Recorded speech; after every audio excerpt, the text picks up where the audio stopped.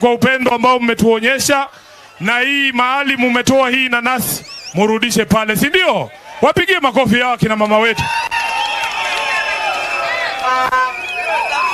Oh, anasema anataka kuwasalimia. Bora tu waseme one time, si ndio? Haya.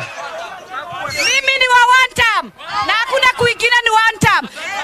Na nasema Sifuna na watu wake sio Mosuha, tunaibaga hiyo wimbo. Sifuna si Mosuha.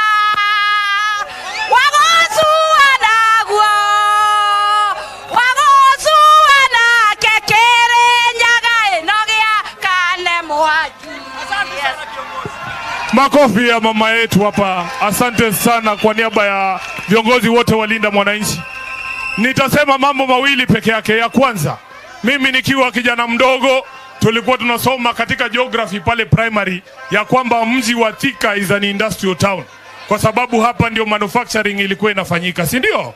Lakini kwa sababu ya sera za Kasongo wamewekea hawa industrialists ushuru mzito, mpaka kampuni nyingi hapa zinafungwa, vijana wetu wanapoteza ajira, si ndio? Kule ingine ukiangalia nchi zingine, hata bei ya stima ukienda pa Egypt ama uende pale Tanzania, unakuta ushuru ambaye imewekwa pale na bei ya stima ni kidogo kushinda hapa Kenya. Mtu anaamua anahamisha mradi yake anapeleka kule Tanzania. Inafanya kwamba sisi vijana wetu ndio wanapoteza kazi kwa sababu ya sera za Kasongo. Huyo Kasongo ndio mwenye kuwekea hawa watu ushuru. Si kama housing levy ameweka ingine inaitwa SHA na mambo mengine, inakuwa vigumu wale ambao wanapeana ajira kuandika vijana wetu. Sisi tunataka kusema hivi, wakati ambapo tutachukua uongozi wa taifa hii chini ya miezi 14, kitu ya kwanza ni kukata budget ya State House. Inawezekanaje wewe unabadilisha mabati ya State House kila wiki kwa sababu uko na pesa ya wananchi?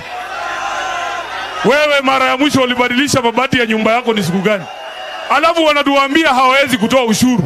Hawa ambao wako hapa wamesoma, wamehitimu na wanajua we can cut public spending na tuweze kuleta afueni kwa watu wetu.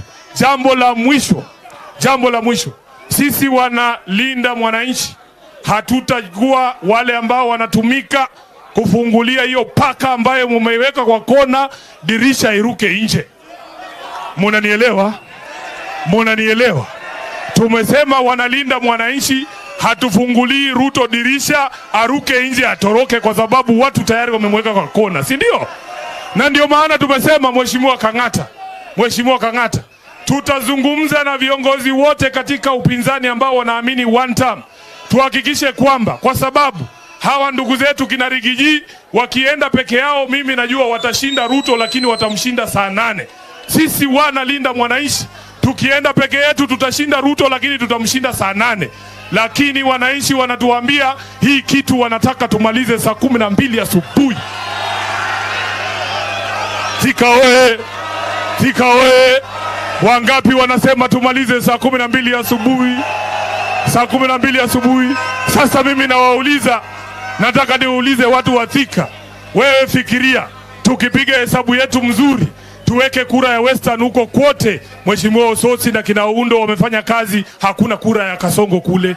Tuweke kura ya Mulima pamoja, tuweke ya kina Kalonzo na Ukambani pamoja, tuweke ya Gen Z pamoja. Huyo jamaa atapitia wapi?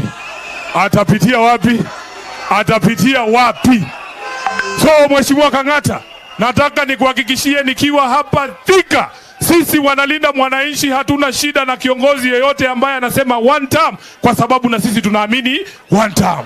Mnasema tuongee na hao watu, tutembee na wao, tutoe kikosi moja kali, line up ikuwe moja. Wangapi wanasema line up ikuwe moja, tumalize hii kitu mapema? Asanteni sana, Mungu awabariki. Sasa nataka nichukue fursa hii ili niweze